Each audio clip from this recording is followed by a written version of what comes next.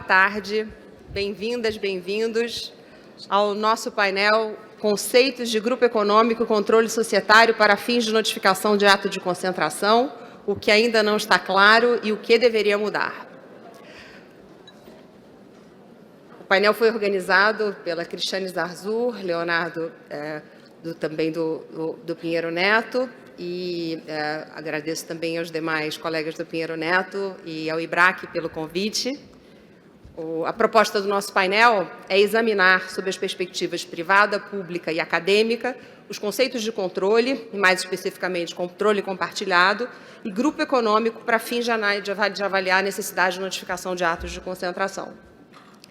E também o propósito é refletir sobre a eventual necessidade de aperfeiçoamento da Resolução 33, de 2022, e o pano de fundo da nossa discussão é a indicação recente do Tribunal de necessidade de revisão da resolução e também das recomendações da OCDE de 2019.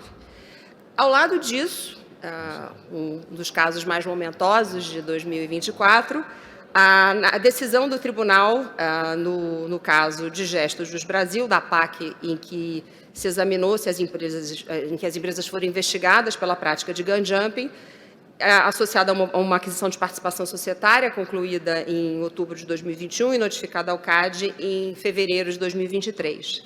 Na decisão sobre a PAC, proferida em março desse ano, o Tribunal decidiu o Tribunal reconheceu a ocorrência de gun jumping, mas afastou a aplicação da multa em vista da alegada controvérsia jurisprudencial. Eu sou Mariana Tavares de Araújo, sócia do escritório Levi Salomão Advogados. Eu sou morena, tenho cabelos cacheados abaixo do ombro, estou vestindo uma roupa amarela clara e acessórios prateados. Os nossos palestrantes hoje, eu faço uma apresentação parcial e pediria que fizessem a sua apresentação física, a sua descrição física, nas respectivas intervenções.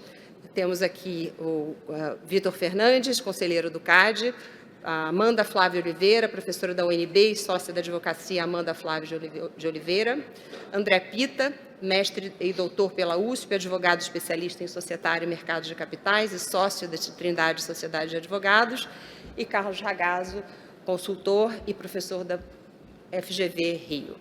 Sem mais delongas, passo para a primeira pergunta do nosso painel. O conselheiro Vitor Fernandes, relator do caso, examinou cuidadosamente a jurisprudência do CAD em relação ao que configura grupo econômico para fins de cálculo de faturamento e o controle comum interno e externo, dispostos no inciso 1º do parágrafo 1º do artigo 4º da resolução. E nessa análise, o conselheiro discute 3 diferentes metodologias possíveis dentro do texto da resolução para identificar grupo econômico relevante e aponta, aqui do seu ponto de vista, deveria prevalecer. O conselheiro também identificou que o texto da resolução permite interpretações ambíguas, para citar 2, se basta existir um fundo de investimento em qualquer parte do organograma das empresas envolvidas para que as regras de participação previstas no parágrafo 2º sejam aplicáveis para definir grupo econômico, ou se as regras desse parágrafo 2º só se aplicariam de forma primária quando o fundo for parte diretamente envolvida na operação. Outra possível ambiguidade, em operações em que a parte diretamente envolvida é uma empresa ou essa empresa tem acionista e cotista minoritário com 20%, se essa empresa deve ser considerada automaticamente parte do grupo econômico desse acionista, independentemente de qualquer consideração sobre o controle. Bom, nesse contexto, eu pediria, na opinião dos palestrantes, se o texto da Resolução 33 é flexível, abrangente o suficiente para acomodar interpretações jurisprudenciais que alcancem estruturas societárias complexas e pulverizadas, ou se é, de fato, necessária a publicação, a revisão de uma nova resolução. Conselheiro, posso comentar por você? Bom, muito boa tarde a todos. É um prazer estar aqui hoje. Eu sou Vitor Fernandes, me identifico com o gênero masculino, sou uma pessoa de pele branca, cabelo preto curto, baixa estatura, estou vestido de paletó preto, camisa branca e sem gravata.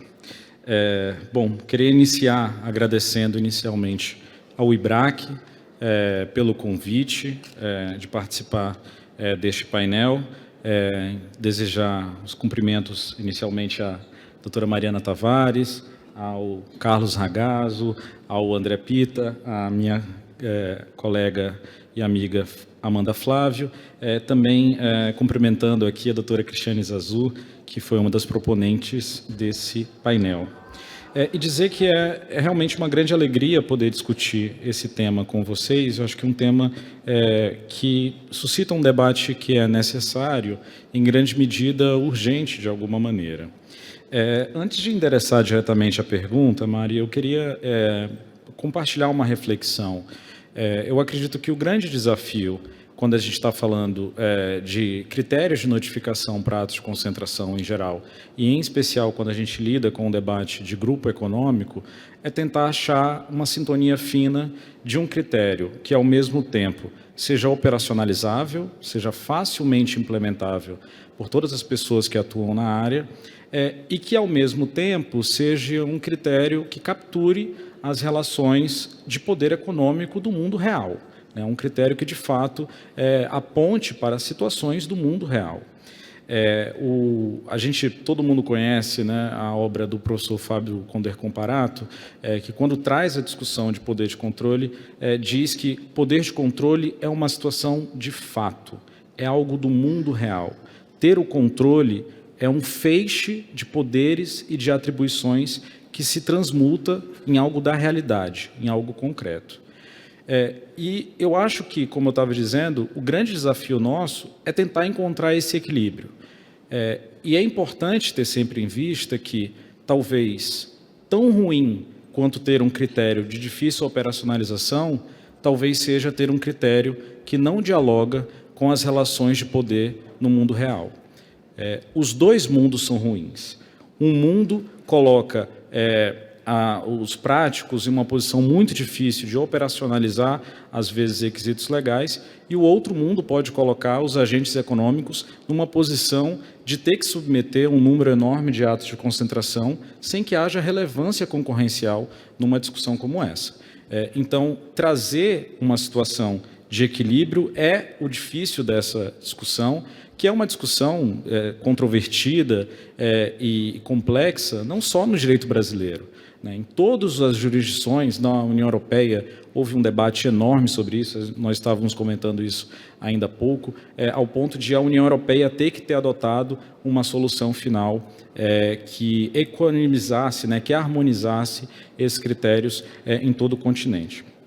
Agora, já passando diretamente para a pergunta, pedindo desculpas pelo introito, a nossa resolução hoje, ela estabelece duas regras diferentes. Uma regra para empresas, outra regra para fundos de investimento. No caso das empresas, o parágrafo 1º do artigo 4º, ele é muito claro em estabelecer dois requisitos. E eu costumo dizer que esses dois requisitos do parágrafo 1º, incisos 1 e 2, eles são mais do que cumulativos. Eles são requisitos sequencialmente cumulativos, porque no inciso 1º há a enunciação de controle e no inciso 2º há a participação de 20% daquelas empresas referidas no inciso 1º, portanto, aquelas empresas sujeitas a controle comum. E para fundos de investimento, a gente tem uma regra simplesmente voltada a uma discussão de participações de 20%. E aqui eu acho que é muito importante a gente discutir, aqui já finalizando a minha fala, Mari, eu acho que é muito importante a gente ter em vista que existe uma diferença sensível em discutir esse assunto a partir da aplicação da resolução e a partir da discussão de uma eventual nova resolução, né? Existe aqui uma necessidade de diferenciar, né? Talvez seja um cacuete de quem veio do judiciário, né? Uma análise um pouco mais formal, mas eu entendo que o fato da gente ter uma resolução que fala de controle comum requer que a gente dê algum significado para a expressão controle comum que existe na resolução. Então, acho que uma coisa é a discussão tal qual ela existe hoje na resolução atual, outra coisa é a necessidade de rever a resolução. Olhando para o futuro, na necessidade de rever a resolução, a minha impressão inicial, mas eu acho que esse painel é fundamental para a gente colher todos esses subsídios, eu tenho a impressão de que talvez não faça tanto sentido mais separar uma regra para a empresa, outra regra para fundo de investimento. Essa parece ser uma distinção que não parece ainda fazer muito sentido no dia de hoje.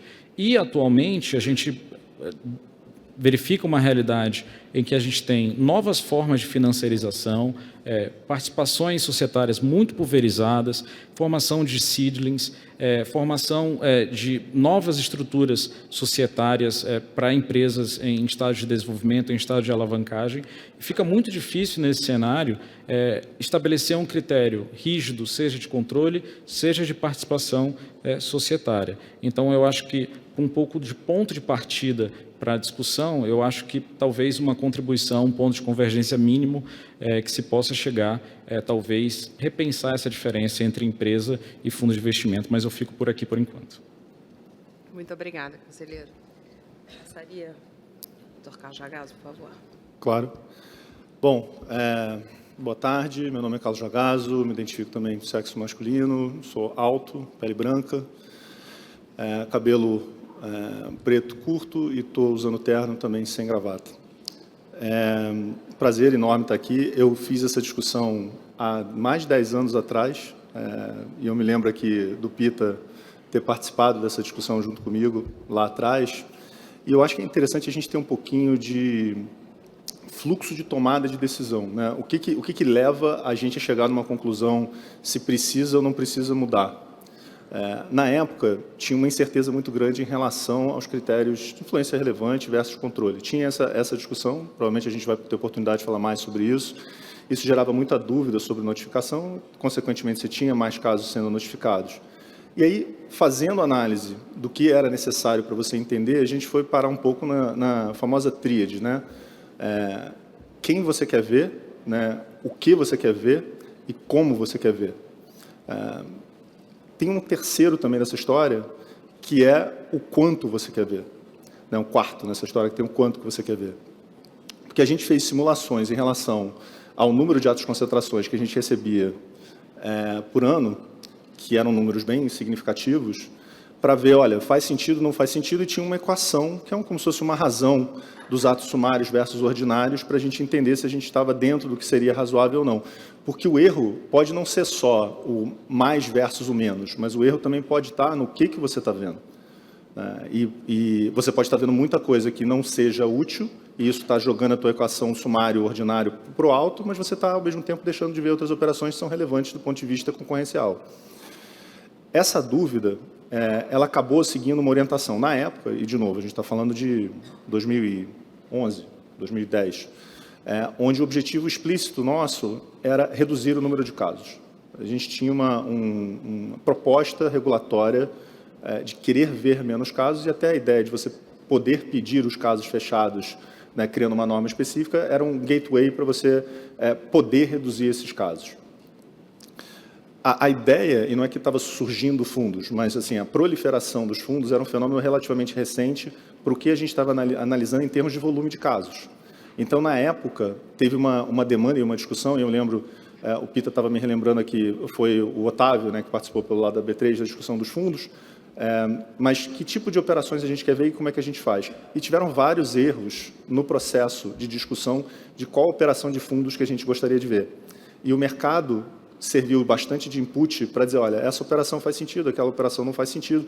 Teve uma troca bastante grande. E aí isso ficou bastante claro na minha cabeça, o que não estava muito tão esclarecido naquela época, mas que o processo de tomada de decisão jurisprudencial para critérios de notificação é um processo complexo, né? Porque você vai recebendo os casos passo a passo, tem uma tendência natural, e isso aconteceu comigo, como acho que acontece, é natural, é humano, né? De você ter uma dúvida em relação a, não quero fechar essa porta porque outras operações relevantes podem surgir e aí eu não vou ver.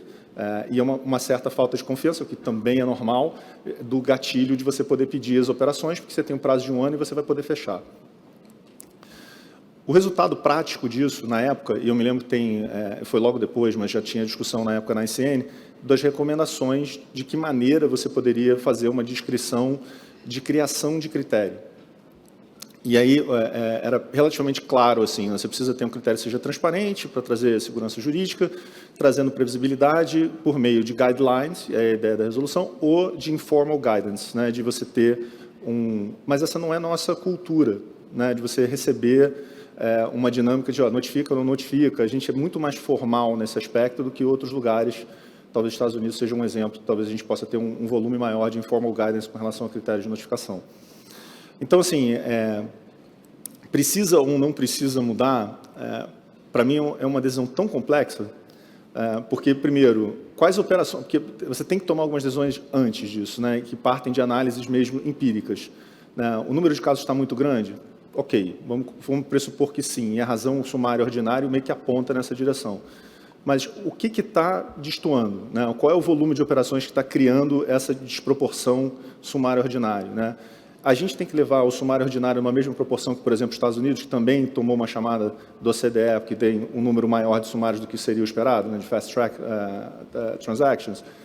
Então, é uma discussão muito complexa, porque você tem que entender quais operações estão fora do nosso radar, quais operações deveriam estar dentro do radar, e essas operações que você sente que estão fora do radar, qual o perfil de análise que você faria? Né? Qual é o competition harm que você vai estar analisando e qual a metodologia que você vai seguir para fazer isso? E eu acho que aí os formatos, diferentes formatos societários, é meio que natural que eles evoluam, né? As formas diferentes de você financiarizar, né, o mercado e você buscar tipos diferentes de intervenção. Isso é meio que normal, mas acho que são várias etapas você construir uma nova resolução. E a gente, à época, teve uma interlocução muito boa com o mercado e com o setor, enfim, dos advogados da área, para trazer esses inputs, para poder ver, né, o que faz sentido, o que não faz sentido, se isso aqui vai gerar muito a regra do gestor. No início foi uma confusão muito grande, né, e as pessoas não tinham tanta clareza de em que medida aquilo poderia trazer um número muito grande ou não de operações. E é também uma dinâmica de ajuste, né, talvez uma primeira etapa, para depois você ver o que acontece para a segunda etapa. E a gente, é natural isso, né? A gente não gosta de tomar decisões em etapas porque a gente não gosta de errar, né? Então, faz a primeira, toma pancada para poder adequar, é um negócio que é doloroso. Mas naquela época, e a gente está falando da resolução número 2, essencialmente, né, porque virou depois a 33, mas essencialmente a gente está falando do mesmo texto, né, em alguma maior ou menor medida. Então, você olha para ela, funcionou bem. Durante 10 anos ela funcionou bem. E é normal que, de tempos em tempos, você faça esse reassessment das operações para ver o que eu estou vendo, o que eu estou deixando de ver. E eu estava conversando com o Vitor, acho que no caso mesmo, né, quando a gente estava discutindo o caso, o que está acontecendo no mundo afora? Tem exatamente essa discussão, né? Quais casos tem que ver mais, quais casos tem que ver menos, né? Está todo mundo pensando em fazer critérios para ver o que não está sendo visto e o que precisa ser visto, mas com cuidado de não fazer um overshooting de operações, porque aí o resultado é o contrário, né? Você fica assodado, né, afundado em várias operações e você não consegue chegar nas situações que, de fato, têm um conteúdo concorrencial mais complexo.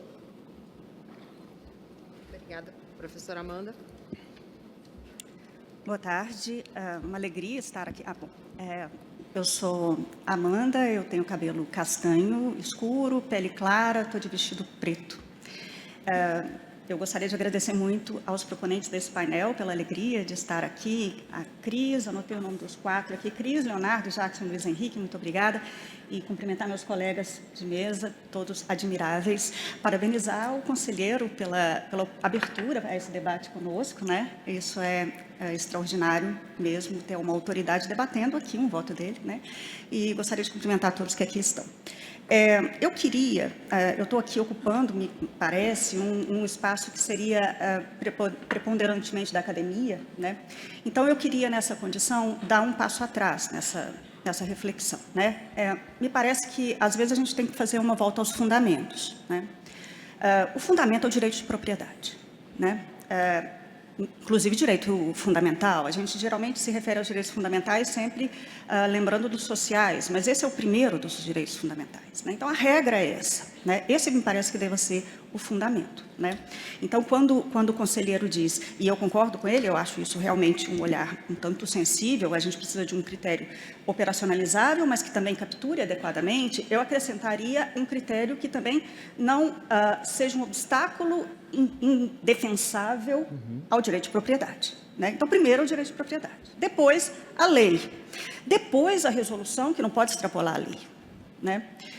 Tudo isso, direito de propriedade à frente. Quando lá atrás, em 2012, foi criada a resolução número 2 e estabelecidos esses parâmetros, me parece que os parâmetros, eles tinham, por óbvio, que atender ao critério do direito de propriedade lá atrás, né? Mas ele também tinha esse binômio que o Ragazzo sempre fala, de preocupação com segurança jurídica, mas também em alguma redução ou alguma minimização dos atos notificáveis, até porque a gente estava iniciando uma estrutura ex ante e era preciso dar respostas, e se o CAD fosse inundado de processos, ele ia crechar, né? Seria o pior dos mundos, né?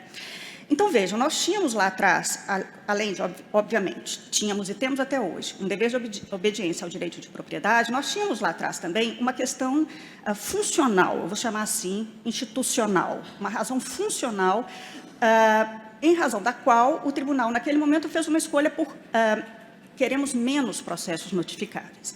Eu me preocupo de ver que, eventualmente, a questão funcional tenha sido superada, porque o CAD já desenvolveu expertise suficientemente consolidada e estejamos abandonando a preocupação com aquele que não podemos abandonar, né, que é o direito de propriedade. Me parece que, e a sua pergunta é muito direta, a sua pergunta é, a resolução precisa ser alterada, mas aí tem assim, para alcançar as novas estruturas societárias mais complexas e pulverizadas, que na verdade o conselheiro diz isso no voto dele, né? A sua pergunta é essa, Mariana. E eu diria assim, de fato, eu acho que ela precisa ser, sim, atualizada.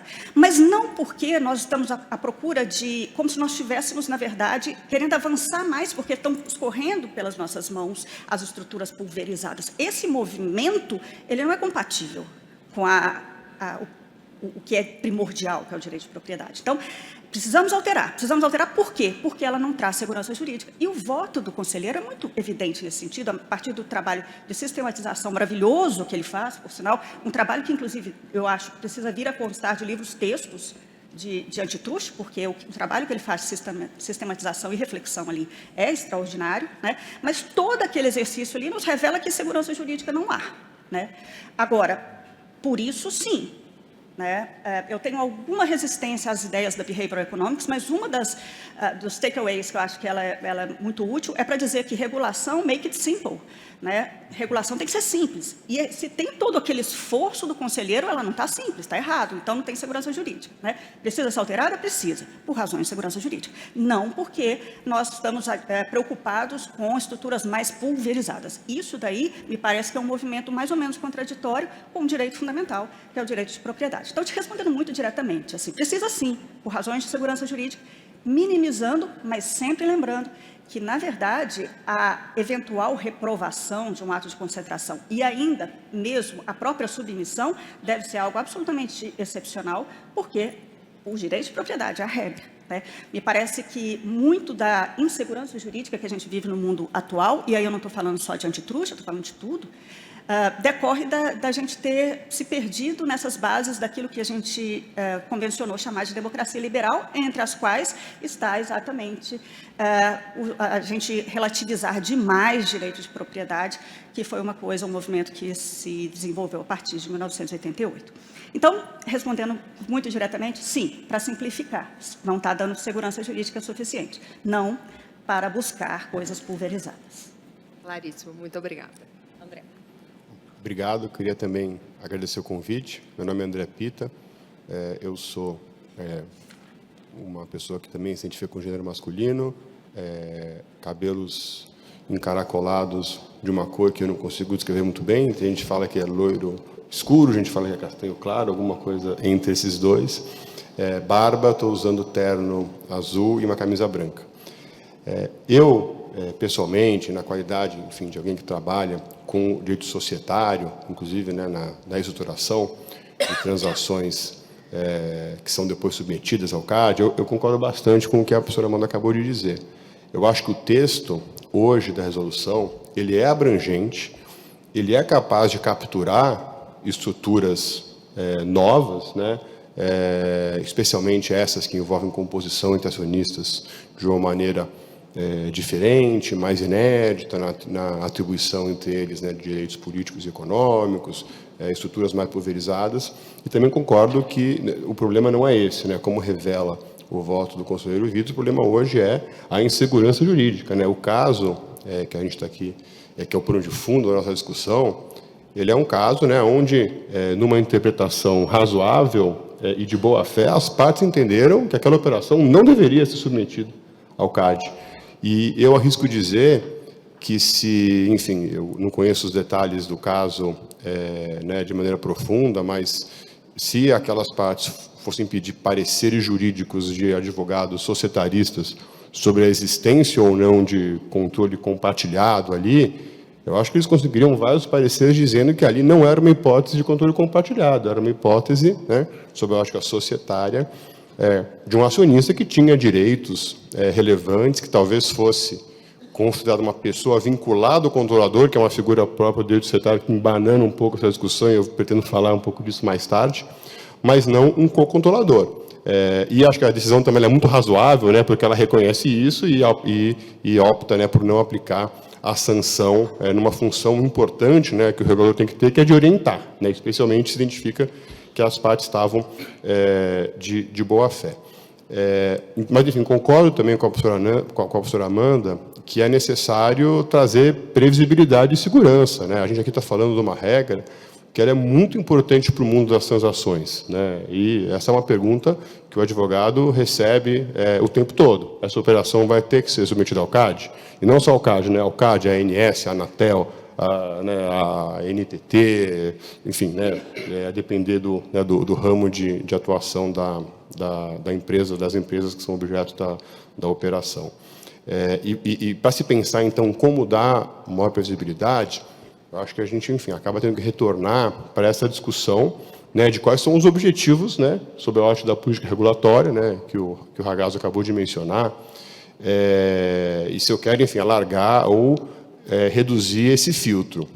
O que me parece é que lá atrás, quando a regra foi editada, e tem ali, né, no próprio voto do conselheiro Vitor, a transcrição, né, de uma manifestação do Ragazzo, né, enquanto superintendente geral, sobre quais eram os propósitos, e ali parecia existir um propósito declarado de aproximar os conceitos de controle, né, sobre a ótica concorrencial e societária, justamente por entender que isso daqui representaria um filtro melhor, né, das operações que deveriam ser submetidas.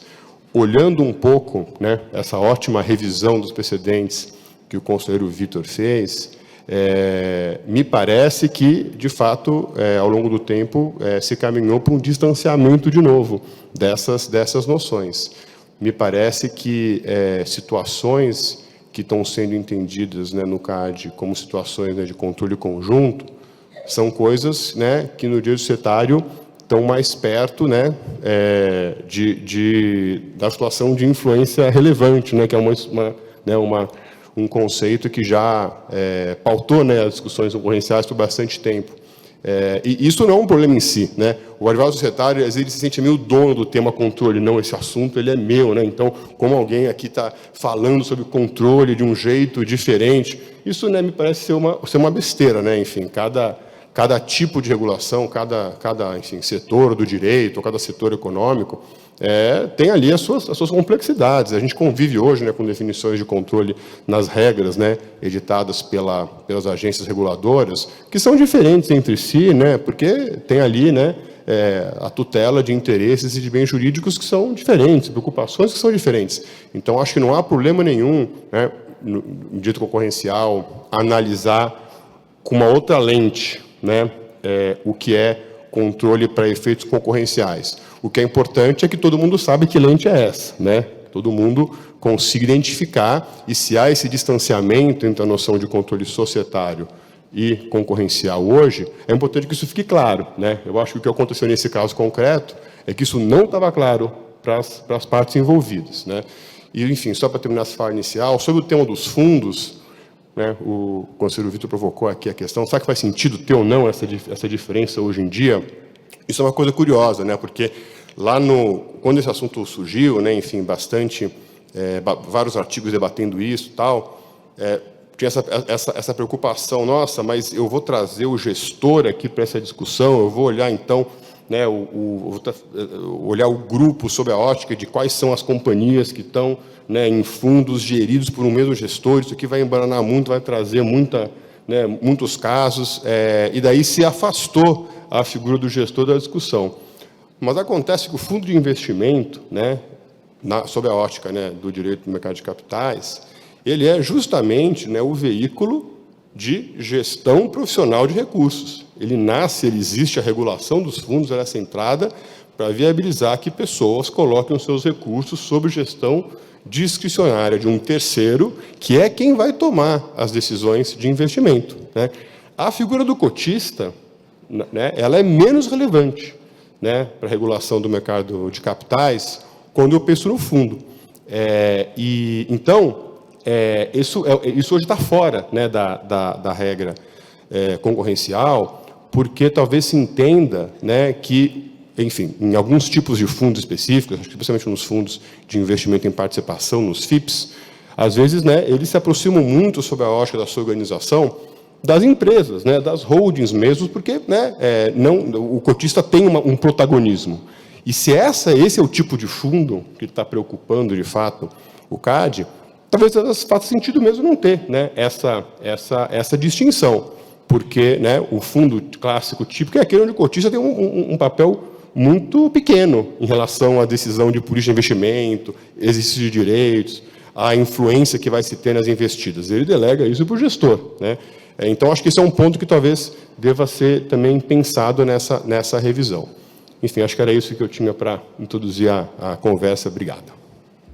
Muito obrigada. Panorama riquíssimo para essa introdução e excelente panorama para aprofundar com as questões mais específicas que se seguem agora. Ragazzo, queria começar com você. O mundo, acho que mudou de maneira importante de terça para quarta dessa semana, com implicações ainda desconhecidas para a política antitruste, temas de meio ambiente e diversos outros, mas há algumas constantes. Uma delas é que o Mengão ainda é o maior. 1-0 ontem no Cruzeiro, vamos ganhar a Copa do Brasil, mas eu pediria que, também considerando esse pano de fundo, primeiro a você, depois a Amanda, pode deixar a parte do Mengão de fora, Amanda, comentar, se quiser, comentasse aspectos relevantes do parecer da SG e da decisão do tribunal, se possível fazendo um contraponto entre os entendimentos diferentes quanto à necessidade ou não de se avaliar controle comum, se dentre os acionistas houver algum fundo de investimento, se bastaria verificar se esse fundo detém participação acionária mínima de 20% para considerá-lo integrante do grupo econômico diretamente envolvido no negócio. Mariana, você tirou minha vontade de participar desse painel agora. Mas eu vou perdoar você, porque você é vítima da Globo, né? O que acontece, né, diferente de outras pessoas que, de fato, têm identidade com seu respectivo time. Para quem não sabe, Fluminense. Se é que alguém não sabe. Você sabe que o ponto, e eu tive a oportunidade de conversar isso com o conselheiro na época, quando a gente estava discutindo, a gente estava apresentando o caso, e depois, até em momentos que a gente se encontrou, tem um ponto que deriva, acho que até conversando um pouco com o que o Pita está dizendo, que é muito importante você entender um pouco que perfil de poder, de fato, você está preservando o investimento e que poder, de fato, pode ser considerado como controle compartilhado. Né? Acho que ao trazer essa discussão para o caso, né, ao considerar e ao listar, e eu me lembro de conversar com o conselheiro sobre esse ponto, ali, na verdade, foi uma compilação, né? Você trouxe jurisprudência desde tempos imemoriais, né, para poder tentar identificar o que tinha sido considerado em algum momento da vida pelo CAD como indicativo de poder de controle. Mas o interessante, hoje, trabalhando em banco, né, e conselho de administração de banco, vendo um pouco, né, que tipo de poder, de fato, é um poder que, de um lado, é só preservação do investimento, de outro lado, é uma situação que te dá controle, né, ainda que dentro de um formato compartilhado.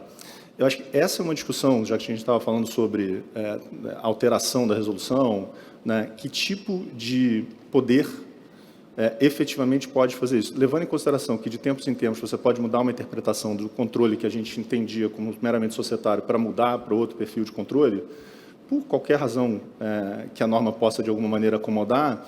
Eu acho que um dos principais pontos é tentar separar um pouco o joio do trigo. Isso traria muito, e aí conversando com o que a gente tem conversado aqui no painel, muita segurança, né? Que tipo de poderes eu posso dar? Porque um dos objetivos também que a gente quer ter, de uma maneira geral, é você não onerar muito a indústria de venture capital, por exemplo, que já se adequa, por exemplo, a determinados perfis de percentual societário, né? E tipos de poderes específicos. E o que é curioso também é que a gente faz essa discussão de uma maneira indireta nas cláusulas que a gente permite de proteção do investimento e que não configuram o gun jumping.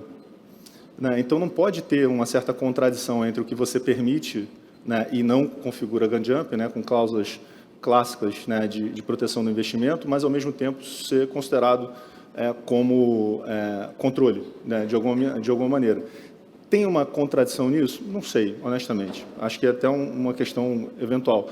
Mas acho que, deixando isso de lado, porque é uma discussão que pode ir para vários ângulos, o que seria muito interessante seria essa distinção de que tipos de poderes não são constitutivos de poder, ainda que seja compartilhado. Né, para trazer essa lógica de segurança para o sujeito que quer ser só um fundo de investimento, e grande parte, aí o Pita me corrige, mas a grande parte da lógica do fundo de investimento não é só identificar uma tese legal, mas é melhorar a governança daquela empresa na qual ele está fazendo aquele investimento. Então, se a lógica do investimento estiver adstrita a isso, eu acho que fica mais fácil fazer um recorte de joio do trigo, né, falar, esse tipo de poderes que estão focados em proteger o investimento e melhorar a governança, não necessariamente tem um impacto concorrencial que poderia ser considerado como controle compartilhado. Mas isso é só uma impressão, né, de viver isso, de começar a trabalhar no mercado financeiro e tentar entender um pouco a indústria de venture capital, né? Então, quando você olha para aquilo ali e você vê, existe uma linha que te permite separar uma coisa da outra, se for possível, é um caminho interessante para se pegar. E eu acho que isso surge, essa provocação surge do voto, né? Quando você lista, né, os poderes, você naturalmente está provocando, será que todos, de fato, induzem esse tipo de comportamento ou não? Eles foram identificados como tal, isso é um fato. Inclusive, a gente brincou antes, tem voto meu, naquilo ali de trocentos anos atrás, falando sobre isso. Que não significa que eu esteja remotamente certo. Mas o ponto prático dessa história é você tentar ver, né, o que é de fato só proteção do investimento e melhoria de governança e o que é uma situação que traz controle compartilhado. E aí vou dar um exemplo anedótico, né, que eu estava falando com o Pita e acho que já falei com você, Vitor, em algum momento, falando, indicação de auditor. Né, isso assim, me parece muito, muito, muito associado a uma situação que tem os dois objetivos, proteger o investimento e, mais ainda, governança. E pouco impacto em poder de controle, embora ele tenha sido, de fato, como você bem identificou, listado como tal em algum momento da jurisprudência. Eu acho que essa separação ela poderia dar previsibilidade até para os fundos que não têm interesse em ter uma gestão mais ativa, não serem entendidos como tal, e você tem muitos fundos, eu me corrijo mais uma vez nisso, mas muitos fundos que têm um interesse, assim, gostou da tese, ele vai melhorar a governança, ele vai proteger o investimento dele, mas participar efetivamente do business, não necessariamente. E isso pode até passar por discussões sobre um volume de percentual acionário, que você vai considerar acima do qual, a partir do qual. Mas acho que os poderes em si, você conseguir separar, também seria uma coisa bastante interessante. E isso derivou essa reflexão, porque eu nunca tinha feito, né, esse caminho inteiro de ver o que as pessoas consideraram em trocentos votos, né, o que de fato consideraria como controle ou não. Acho que quando você compilou, você trouxe clareza para a discussão. Amanda. Rodrigo. Bom, de minha parte, eu não vou entrar na parte futebolística, porque eu sou torcedora do América Mineiro. Com muito orgulho. Não entendi a risada, conselheiro. Não é porque o senhor é autoridade.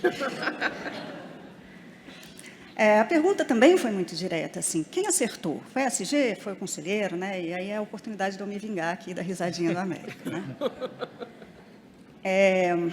Vamos lá. Sempre voltando às bases, né, do direito de propriedade. Na própria análise que o conselheiro faz, ele indica, e me corrija se eu tiver entendido errado, conselheiro, que existiriam 3 abordagens possíveis, né? Uma mais deep dive, em que você iria lá no fundo, né, do fato, né? Outra de direitos, que foi a sua escolhida, e uma terceira que seria um critério objetivo, e pelas razões muito bem fundamentadas do seu voto, há uma escolha pelo segundo modelo, né? Ao passo que a SG faria uma outra escolha. Em casos de interpretação de texto legal, não tem certo e errado, tem interpretações possíveis, né? Então, está tudo certo, né? Tanto era defensável, com o texto da resolução, a posição da SG, quanto é absolutamente defensável a posição do conselheiro. Disso eu não tenho dúvidas e, portanto, o tribunal acertou, a SG acertou e está tudo certo. Agora, sempre voltando às bases, né? Então, eu tenho algumas ponderações. Primeiro de tudo é o seguinte, após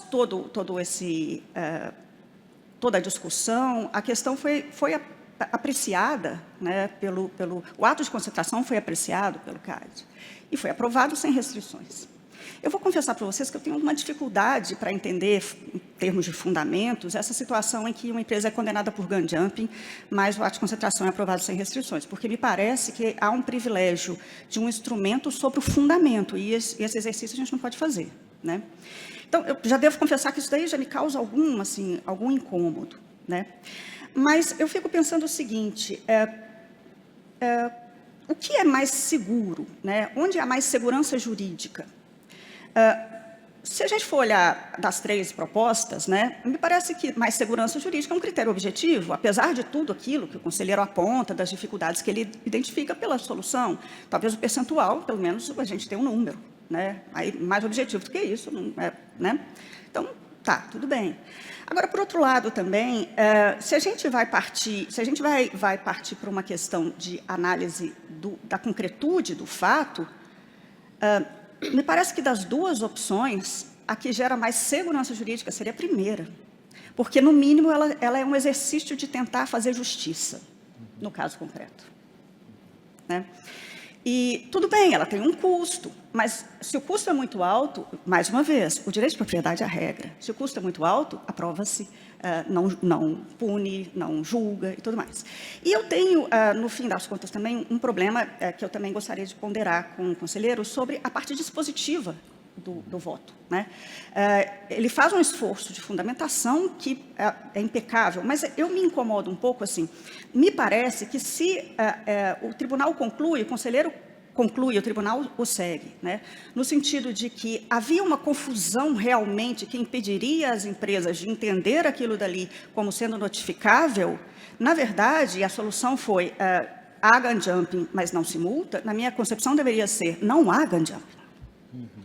Tá? Seja porque eu não vejo possibilidade de, havendo gun jumping, afastar, porque o critério utilizado, que foi o artigo 22, ele fala de abandono dos critérios de dosimetria da multa, ele não menciona o abandono da multa, né? Então, eu acho que foi dada uma interpretação extensiva para isso, né? Mas, honestamente, me parece que mais segurança jurídica, né, já que esse é um valor que a gente está todo mundo aqui perseguindo, talvez tivesse sido, conselheiro, que, diante da dúvida razoável que existe, e eu acho que há uma dúvida razoável no caso concreto, que não se reconhecesse o gun jumping. Talvez fosse a melhor solução, né? Sempre lembrando que, na verdade, o direito de propriedade é a regra, né? A exceção é que não é o caminho. E talvez também, e sabendo, e o próprio conselheiro confessou isso agora há pouco, ele vem do judiciário, sabendo de toda a afinidade que ele tem com as questões constitucionais também, que ele é especialista, eu fiquei lembrando, sabe, conselheiro, eu tive que fazer um trabalho de apreciação da ADI 7222, que é a ADI do piso de enfermagem, né? E ali tem uma coisa interessantíssima, além do voto conjunto, acho que foi a primeira vez que foi apresentado um voto conjunto do ministro Barroso e do ministro Gilmar, né? Além disso, né, que é uma novidade, ali também tem uma coisa interessante, porque ele também faz, os dois, né, também fazem na análise, eles fazem uma coisa que talvez pudesse ter sido útil aqui para ser feita, que solucionaria o que eu percebi que era a sua tentativa de como é que eu faço isso tudo, né? E porque veja bem, para mim é lícito ou não é, né? Da forma como foi a decisão, é ilícito, mas você não vai precisar, né? Então, não era melhor não considerar ilícito, né? E nesse caso, na ADI 7222, o que os ministros fazem é o seguinte, olha só, eles falam assim, tem aqui toda uma trajetória de análise do tribunal em relação a essas situações de piso de profissões. O tribunal costumava ser deferente, mas isso vai mudar. Por quê? E aí ele chama de inconstitucionalidade progressiva, essa é a expressão, porque está-se diante de um caso de inconstitucionalidade progressiva. Então, indique-se no sentido de que, de agora em diante, tudo mais que vier do Congresso nessa mesma linha será inconstitucional. Né? Foi considerado constitucional, mas com esse tipo de alegação. Talvez essa pudesse ser a saída para fugir da discussão sobre a súmula, sobre, né? Enfim, talvez eu tivesse apenas... A pergunta foi correta, não há correção ou né? Interpretação é interpretação, mas talvez eu consideraria mais assertiva a parte dispositiva que declarasse a legalidade com indicação de que há uma ilegalidade progressiva, no caso, né? Fazendo uma analogia lá com a questão constitucional da ADI 7222. Obrigada, Amanda. Bom, seguindo com a nossa discussão, com o Digesto do Jus Brasil, acho que e o Ragazzo se referiu a isso, o André também, nós retomamos uma discussão que, na verdade, antecede a Resolução 2 para a definição de grupo econômico, e retomou-se também uma discussão sobre o critério de influência relevante para aferir poder de controle, a existência de controle compartilhado, direitos minoritários, mera proteção do investimento. E esses são parâmetros que não são jabuticabas, não são adotados por outras autoridades de concorrência, como a Comissão Europeia, o senhor Vitor fez referência a isso também, e acho que valeria a pena a gente explorar um pouco mais esses conceitos especificamente no contexto da decisão. Começando com você, André, análise, do seu ponto de vista, análise de um rol de direitos minoritários considerados como elementos de configuração de controle compartilhado é um substituto adequado, tem vantagem sobre o critério objetivo de participação societária para determinar, e esse é um ponto, e até ontem a gente comentava no jantar no tal que o Carlos disse que eu ia ser cancelada, que ia ser cancelado do painel, ele não sabia nem da parte do flamenguista, mas comentava-se que essa não é a relevância sobre essa discussão para assegurar segurança, para a segurança jurídica, previsibilidade, porque essa discussão, no momento da notificação, não se discute sobre a necessidade de discutir dessa discussão no momento do mérito, mas o que se está a clareza sobre esses conceitos é fundamental, porque não havendo isso, não se sabe se uma operação deveria ou não ser de notificação obrigatória. Então, do seu ponto de vista, esses critérios são, da perspectiva de previsibilidade e segurança jurídica, superiores? Enfim, essa é uma discussão muito complexa, né? A minha resposta mais direta seria de que esses critérios talvez tragam maior subjetividade para a discussão. A gente está aqui diante de uma situação clássica, né, do trade-off entre segurança e eficiência, né, na aplicação da regra versus talvez uma regra mais subjetiva que pode ser, né, abstratamente mais justa, né? Não é muito diferente do que o direito faz quando diz que uma pessoa vai passar a ter capacidade jurídica e responsabilidade criminal quando ela atinge uma certa idade. É um critério objetivo, né, que ele existe, ele pode, né, compreender situações que são injustas, mas ele existe para dar segurança e para permitir que a administração, né, da vida pelo direito seja feita de uma maneira mais fácil. Em vários países se presume controle a partir de um certo percentual, né, e se convive com isso e lida com a situação em que alguém pode estar, na prática, exercendo o controle com um percentual abaixo daquele por outros caminhos, né?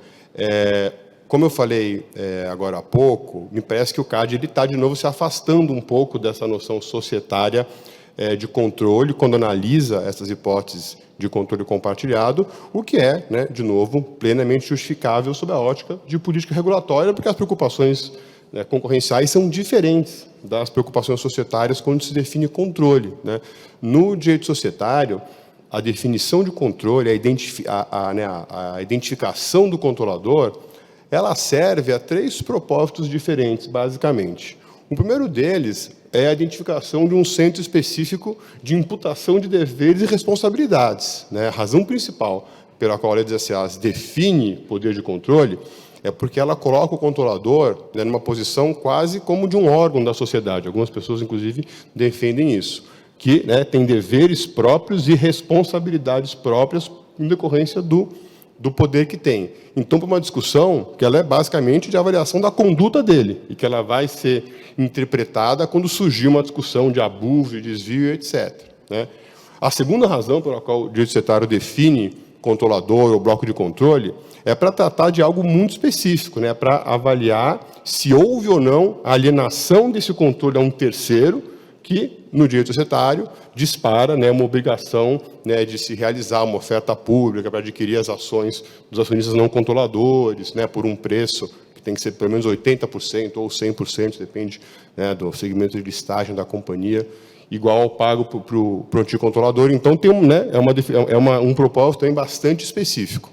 E o terceiro propósito, né, em que o direito societário busca a definição do controlador, é para fazer uma oposição entre quem é controlador e quem não é controlador, porque a lei reserva vários direitos, né, em alguns momentos, em algumas situações específicas, aos acionistas não controladores.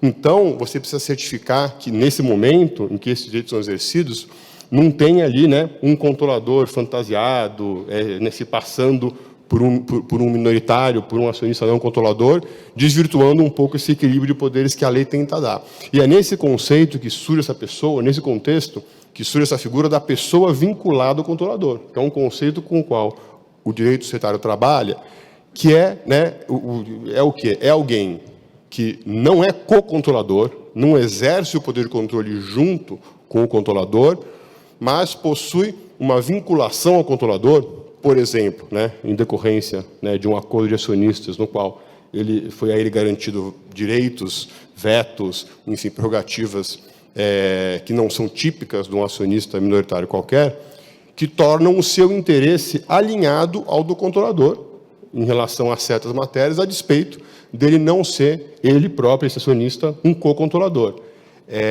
Então, essa é uma discussão muito presente no direito societário, que ela serve para quê? Para dizer que nesta decisão aqui, né, que a lei ou que a regulamentação reserva aos acionistas não controladores, este acionista, apesar de não ser ele controlador, ele não vai tomar parte, porque ele tem um interesse alinhado ao do controlador. Então, enfim, são situações que elas são bastante próprias, né? E quando você olha para a ideia de noção de controle compartilhado no direito societário, antes de se avaliar o teor dos acordos, quais são os direitos que cada acionista tem, é muito importante se avaliar se existe ou não um controlador majoritário naquela companhia. Porque a ideia de controle compartilhado, ou, enfim, alguns chamam de controle conjunto, né, porque o controle em si é indivisível, né, o exercício dele, que pode ser conjunto, ela surge, né, para viabilizar que um grupo de acionistas que individualmente não possui nenhum deles uma participação que lhe daria o controle, se reúnem, disciplinam a formação de um bloco que vai se projetar perante a companhia sempre de maneira única, e a lei dos acessos protege isso, né, vinculando o voto dos acionistas que fazem parte desse bloco, e que vão ter, né, numa outra esfera, uma regra de governança inteiros para decidir como este bloco vai sempre de maneira única se manifestar perante a sociedade. Então, quando você está tendo essa discussão sobre uma ótica do direito societário, normalmente, né, tradicionalmente, o controle compartilhado existe quando ninguém exerce, ninguém tem participação suficiente para exercer o controle de maneira individual. Se eu tenho um acionista, por exemplo, com mais da metade do capital votante, é muito pouco provável que eu esteja diante de uma situação em que, no direito societário, né, eu qualificaria ela como de controle compartilhado. Por mais que eu tenha um outro acionista que tenha ali vetos importantes, poderes de indicação importantes, é um pouco intuitivo, né, que o controlador majoritário abra mão, né, do seu poder de maneira tão absoluta, né, a ponto de compartilhar o controle no momento que ele detém 50% mais um, por exemplo, das ações. Isso pode acontecer? Em tese pode, né? Acho que academicamente se discute, inclusive, que isso em tese pode acontecer. Alguém pode abrir mão, sem vender a participação, né, sem ser diluído, alguém pode abrir mão em favor de um terceiro poder que ele já tinha de controlar sozinha aquela companhia, porque esse terceiro foi lá, fez um investimento relevante. Isso é possível, mas é uma hipótese que ela acontece pouquíssimo, né? Normalmente, quando eu tenho um controlador majoritário, um acionista majoritário, num acordo com alguém, né, que tem uma posição minoritária, eu costumo estar diante ou de alguém que está, de fato, só protegendo o seu investimento, né, nas hipóteses que o Ragazzo falou, ou, né, nessa figura um pouquinho mais forte, né, do que é essa pessoa vinculada ao controlador, né, que tem ali prerrogativas maiores, ele deixa de ser considerado, às vezes, como um minoritário típico pela regra societária, mas não passa a ser, por isso, controlado, ser considerado como um co-controlador. Então, me parece que algumas das coisas que, né, no direito concorrencial estão sendo tratadas como, né, um controle compartilhado, na verdade, estão mais próximas dessa ideia da pessoa vinculada ao controlador, de alguém que tem, sim, uma influência relevante, mas que não chegaria, sob a lógica societária, a ser qualificado como controlador. É muito difícil essa avaliação pura, apenas, né, a partir da análise do teor dos acordos, né? No direito societário, você faz essa avaliação sempre no contexto de mais alguma coisa. Você está analisando a ação de alguém ou a omissão de alguém, você está analisando como aquele bloco se comporta, como eles vêm votando. Então, para responder de maneira também aqui um pouco mais direta a questão, esse exercício, né, de tentar, a partir da interpretação do acordo, inferir o que na prática acontece dentro daquele grupo, só lendo ali quais são os vetos, quais são, né, os dias de indicação, ele é um exercício muito, muito, muito difícil, né? A CVM tenta fazer isso há tempos, a Bolsa de Valores, os auditores, os contadores, né, porque isso repercute nas regras, né, de consolidação, não consolidação de investimento, e é muito difícil. Essa análise ela é sempre uma análise casuística, né? E a análise casuística ela vai trazer sempre, né, a insegurança, né? Então, talvez, né, ela tenha por efeito um excesso de submissões, porque, na dúvida, se o CAD passou a entender que tais e tais e tais direitos podem configurar controle compartilhado, esses direitos eles são sempre combinados, eles têm sempre muitos atenuantes, ele tem, né, essa lista ela nunca vai se projetar de uma maneira perfeita nos acordos, eles são muito dinâmicos e complexos. Na dúvida, os advogados vão recomendar que se submeta ao CAD a operação. Então, acho que aqui esse trade-off entre segurança, né, jurídica e eficiência versus uma potencial justiça, ele deve ser sopesado, especialmente porque tem esses vários outros instrumentos, como o Ragazzo falou, de resolver problemas que possam surgir numa operação que talvez, né, deveria ser notificada, mas ficou abaixo de um critério objetivo pré-estabelecido. Muito obrigada, André. Conselheiro, temos inúmeras perguntas. Acho que eu faria uma antes de abrir para o público. Do ponto de vista da atração de operações que têm relevância concorrencial, a utilização do poder de controle como critério parece mais adequado do que a participação igual ou superior a 20% do capital social voltante, do seu ponto de vista? Obrigado, Mari. Deixa eu só retomar alguns pontos, mas acho que o debate está super interessante e, ouvindo aqui o Ragazzo, a professora Amanda, o André falar, acho que borbulha uma série de ideias, né? Primeiro que falaram então que a Mari ia ser cancelada por causa do painel, e ainda agora eu estava conversando com a Ana e com a Renata, disseram que o doutor René, a quem eu agradeço mais uma vez pelo convite, ficou feliz de eu ter aceitado compor o painel. Eu não sabia que eu tinha opção, mas brincadeiras, uma oportunidade incrível de discutir isso. E eu acho que só o fato de a gente estar debatendo isso de forma aberta e transparente é realmente algo a ser celebrado. E só voltar um pouquinho, acho que várias coisas borbulharam aqui, mas, em primeiro lugar, para ser bem sincero, eu acho que essa discussão, esse suposto trade-off entre poder de controle e participação de 20%, eu acho que ele é um pouco... esse é um falso dilema, e eu vou explicar exatamente o porquê. A discussão de poder de controle para fins concorrenciais hoje, ela é inevitável. Em primeiro lugar, porque está na resolução, e aqui quem fez a resolução não fui eu, foi o Ragazzo. Em primeiro lugar, por isso. Não definiu o controle, né? Não definiu o controle. Em segundo lugar, esse debate, a minha impressão é o seguinte: a gente pode até expulsar esse debate pela porta dos fundos, mas ele vai voltar pela janela. Por quê? Se a gente não quer olhar para controle, não quer discutir controle no artigo 4º, a gente vai acabar discutindo ele onde? No artigo 9º. O artigo 9º diz muito claramente que devem ser notificadas ao CAD as aquisições de participação societária que impliquem a formação de controle unitário ou compartilhado. Então, assim, tudo bem, se a gente não quer discutir controle no artigo 4º, a gente vai ter que discutir no artigo 9º. E uma das premissas do voto é entender que não pode ter um conceito de controle que vale para o artigo 4º e outro conceito de controle que vale para o artigo 9º. Né? Então, é uma tentativa de dar alguma uniformização nessa discussão.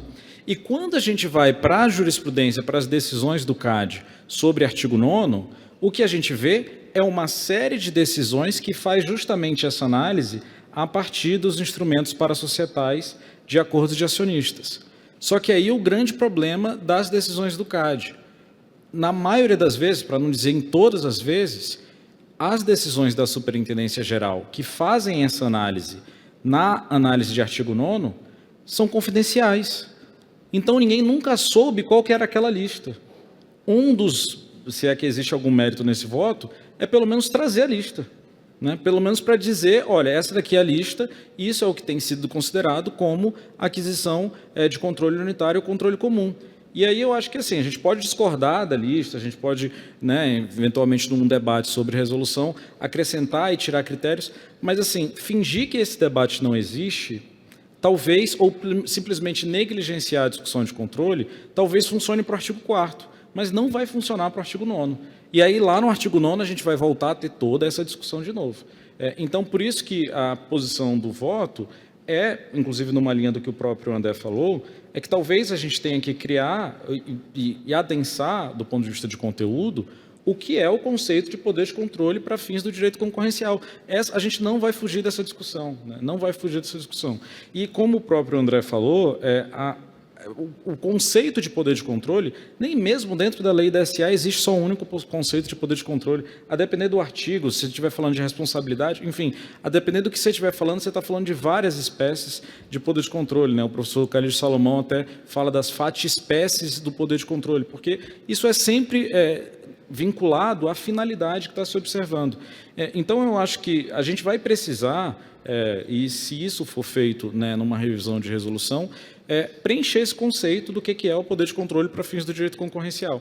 E aí, se vai ser por uma análise de lista de direitos, se vai ser um conceito 100% vinculado ao direito societário, aí essa é um outro debate, né, que eu acho que é o debate que a gente precisa fazer de maneira aberta e franca. Mas acho que é um pouco isso, e eu acho que um pouco da tentativa do voto, né, principalmente ao dar publicidade, né, ao que a SG já vem considerando como acordos minoritários, inclusive o voto deixa de forma muito clara que talvez a lista ideal não seja aquela, né, talvez ali dentro da lista haja pontos a discutir, mas eu acho que é um pontapé inicial para a gente ter um debate sobre o assunto, mas acho que é isso. Muitíssimo obrigada. Abrimos para pergunta. Eu não estou conseguindo enxergar. Bom, eu vejo o Pedro Paulo aqui e lá atrás uma outra mão, mas começando com o Pedro Paulo e a mão que Léo. está à esquerda lá no fundo. Léo. Pedro Paulo, depois Léo. Acho que juntamos as perguntas e passamos para os palestrantes. Podemos fazer assim? Sérgio, tá bom. Obrigada.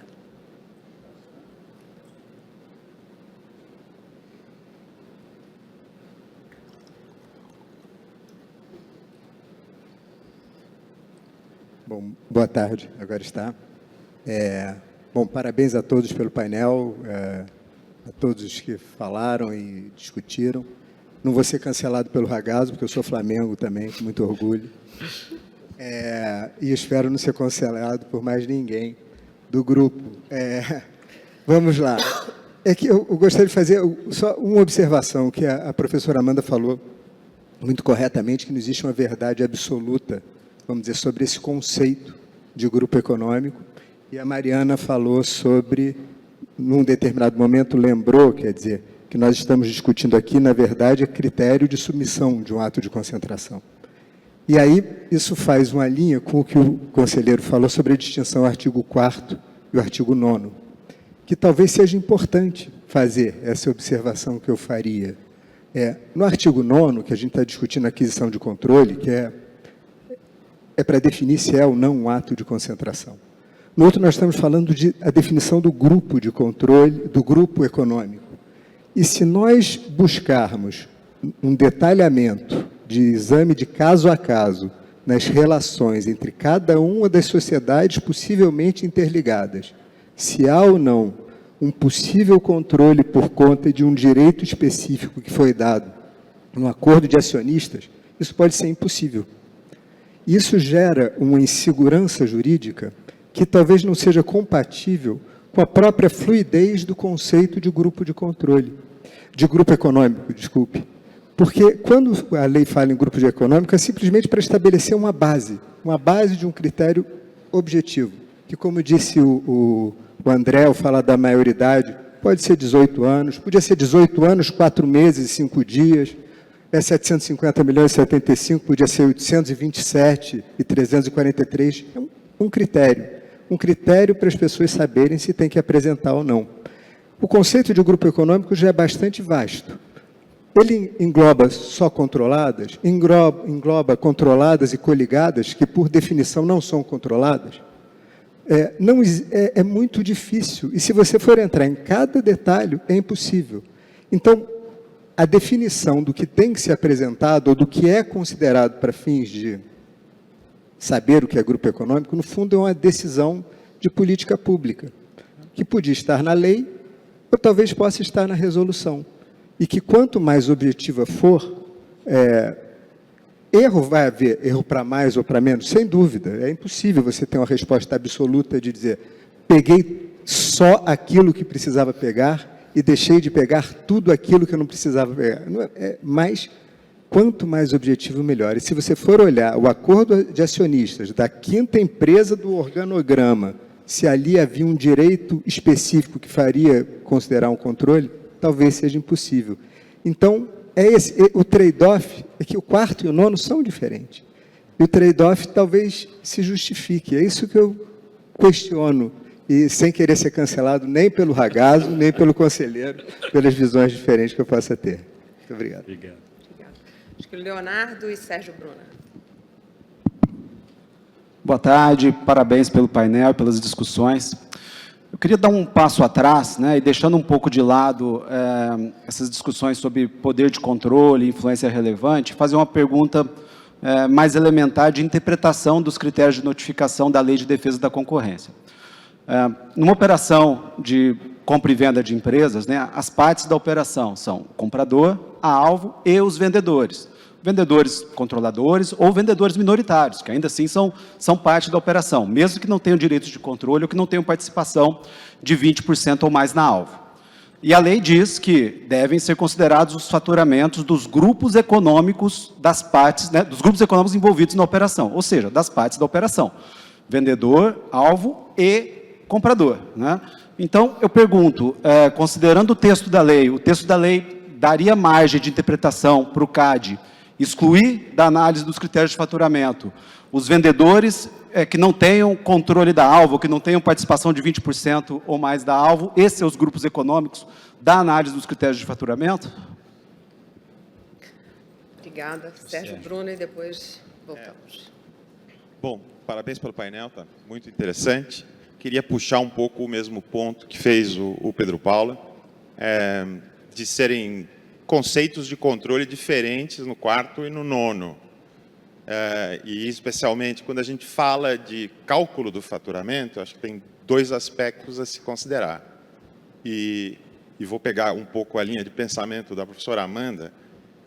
Para que serve isso, né? A gente pensa, olha, tem vantagens e desvantagens em ter o critério A ou B, porque isso vai aumentar ou diminuir o número de notificações, mas o que a lei fala é invalidade. O ato não notificado tem um problema de validade. A gente pode discutir se é anulável, nulo, enfim, não interessa. Interessa que o ato pode ter, a depender do faturamento, né, de ter sido notificado ou não, pode ter um vício na dimensão da validade. Então, a certeza aí é importante, porque não dá para pensar que o ato se torne inválido por uma questão de opinião quanto ao faturamento que depois vai ser tomado e que a parte não conhece ex ante, né? Esse é o primeiro fator. O outro fator é que a lei está lidando com conceitos que estão no direito societário, mas estão em outros lugares também, estão na contabilidade, né? O CPC 36 fala de contabilidade de grupo e de consolidação e dá um monte de critérios. Então, a ideia de faturamento é uma ideia que está definida, que queiram ou não queiram, na contabilidade. É assim que a contabilidade vai a registro e é assim que os efeitos se produzem, né? Queria só fazer a observação final de que o STJ acaba de julgar que a Anvisa não tem poder para regulamentar a publicidade de medicamentos, né? A gente tem que pensar no poder de regular que o CAD tem esses assuntos a partir do que a realidade dispõe, e isso me leva a crer, como o Pedro Paulo já mencionou, que tem ali dois conceitos de controle. Essa é uma possibilidade que pode estar em discussão, ter tratamentos diferentes? Bom, conselheiro, como você prefere? Passo 1 a 1? Eu começo com você, obviamente. Acho que não é segredo para ninguém. Acho que começa o conselheiro primeiro. Não. Acho que ninguém vai ficar ofendido se você cortar, começar com você e depois passar para os demais para considerações finais, considerações adicionais e finais. Mas eu sou péssimo de endereçar as perguntas de forma conjunta, mas eu acho que, assim, em primeiro lugar, né, acho que, de novo, o requisito de controle já existe na resolução, né? De novo, não foi eu que criei, foi o Ragazzo. Então, dado que ele já existe, algum conteúdo ele tem que ter, né? Dizer que controle é igual a 20% seria fundir dois requisitos que a própria resolução os separou, né? E aí eu sei que houve essa decisão, inclusive em outro caso no tribunal, mas naquele caso também havia uma elaboração, uma análise sobre acordos de acionistas, tá? Então, assim, de novo, o fato é a lei posta, a resolução posta, exige já algum conteúdo, alguma avaliação sobre poder de controle. Sobre o elemento que o doutor Pedro Paulo trouxe, né, e o doutor Sérgio também, de ser um conceito mais objetivo, mais subjetivo, acho que esse é o debate.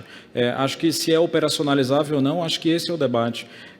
Por exemplo, na União Europeia, isso é até algo que a gente comentava ainda agora, o comunicado da União Europeia, que é um comunicado de harmonização para todos os Estados nacionais, traz uma lista de direitos minoritários e lá é implementável.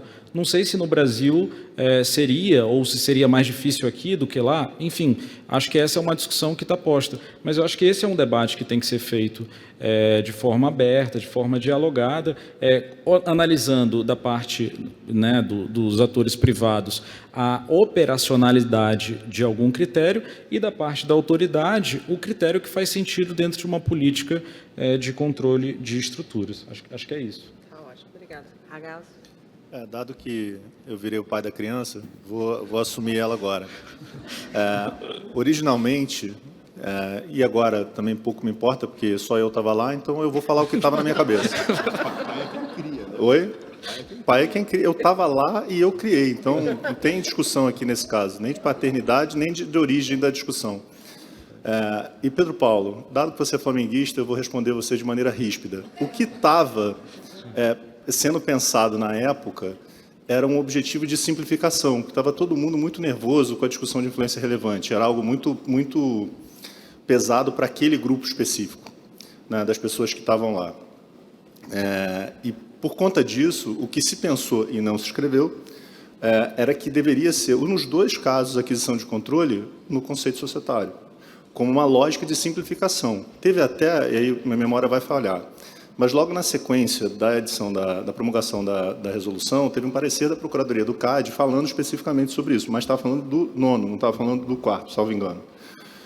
Mas a lógica era a mesma, né? Então, se houver alguém que estava presente lá, deve ter algum conselheiro perdido daquela época, só eu estou aqui falando, é essa a verdade. Obrigada, André.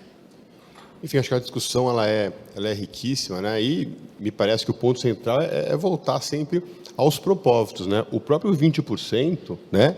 Ele, do ponto de vista societário, dificilmente vai ser controle, especialmente se eu tiver alguém com mais do que isso, especialmente se eu tiver um acionista majoritário.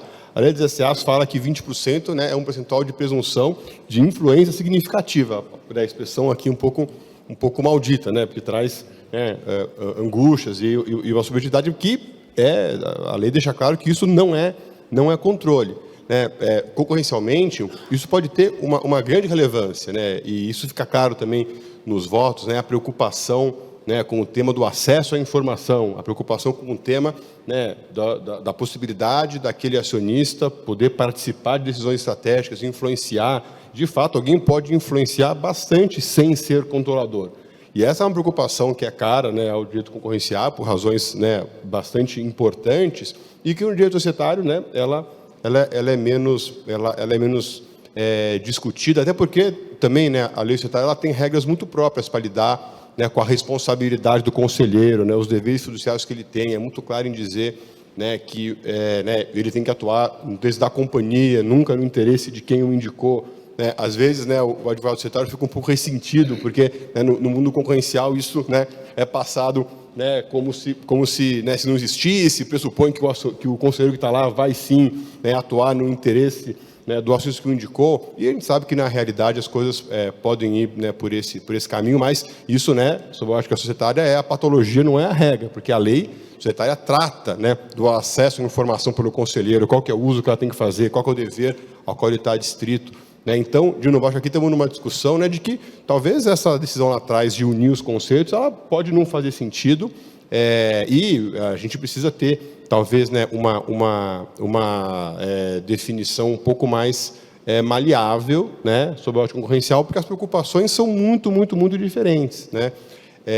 Sobre, né, eu acho que o trabalho, né, do conselheiro Vitor em sistematizar as decisões, da transparência, da previsibilidade em relação a quais são, né, os direitos que, na visão do CAD, né, são importantes, né, sob a ótica concorrencial, quando, né, um acionista passa a ter, é muito relevante. Eu acho que a dúvida que fica é, será que é possível, né, a partir daí, se criar uma regra que consiga dar segurança que, né, o mundo empresarial, né, que os jurisdicionados precisam na hora de fazer um negócio e saber, né, se aquela operação tem ou não tem que ser submetida ao CAD, né, com essa consequência grave, né, que o doutor Sérgio mencionou, né, enfim, se discutir até, né, a validade da operação. E esse, né, enfim, aqui eu acho que a discussão aqui dos trade-offs envolvidos, ela é muito complexa, e acho que esse diálogo, né, entre, né, o que é o controle no direito societário e no direito concorrencial, ele é muito útil, mas até um certo ponto, né? Eu acho que a partir de um certo momento, né, óbvio, que como os valores são diferentes, né, o tratamento do tema talvez, de fato, gravite para né, para um tratamento também diferente, né, e daí se vai usar a palavra controle compartilhado para uma situação que no direito societário não é chamada assim. Estamos aqui discutindo terminologia, né, de novo, o advogado societarista ele se sente dono, né, do assunto, e não é, né, ele não é dono do assunto. Eu acho que essa discussão ela é menos importante do que a discussão de qual é a política regulatória que vai se aplicar. Obrigada. Amanda, você tem a palavra final. Então, pois é, a gente está com o tempo super estourado, então eu vou ser muito breve. Me parece que urge uma revisão dessa resolução, mas eu queria só relembrar um ponto que, para mim, não é desimportante. Né? Seja o conceito de poder de controle, seja o conceito de influência relevante, ou qualquer outro, é importante nós relembrarmos que eles não constam da lei. Isso vem da prática, isso vem da resolução. Né? Então, me parece que não apenas é preciso pensar uma revisão dessa resolução, no sentido de simplificação, de criação de critérios objetivos, mas também com uma cautela especial sobre essas figuras que são criadas. A lei sequer fala em grupo econômico. A qualificação econômico também é trazida pela resolução. A lei fala em grupo. Né? E sempre nessa ótica que foi levantada aqui, da autocontenção dos órgãos reguladores, né? Porque a partir do momento que o CAD passa a desenvolver seu próprio poder normativo, ele está desempenhando uma função reguladora. Então, sempre lembrando que o papel é de autocontenção, porque a lei é a soberana. Né? A lei fala grupo, sequer fala em grupo econômico. Essa qualificação já é uma evolução, e a gente tem que tomar cautela para a gente não extrapolar aquilo dos limites da legalidade. Né? Mas me parece, conselheiro, que urge, e nós, acredito que falo em nome de todos, né? Nós gostaríamos de ver uma revisão para simplificação, objetificação e racionalidade dessa temática, enfim, o quanto antes. É isso. Obrigada. Muito obrigada a todos também, a todas pelas perguntas. Acho que temos aqui material para mais uns 3 painéis, mas infelizmente o tempo acabou. Muito obrigada. Boa tarde.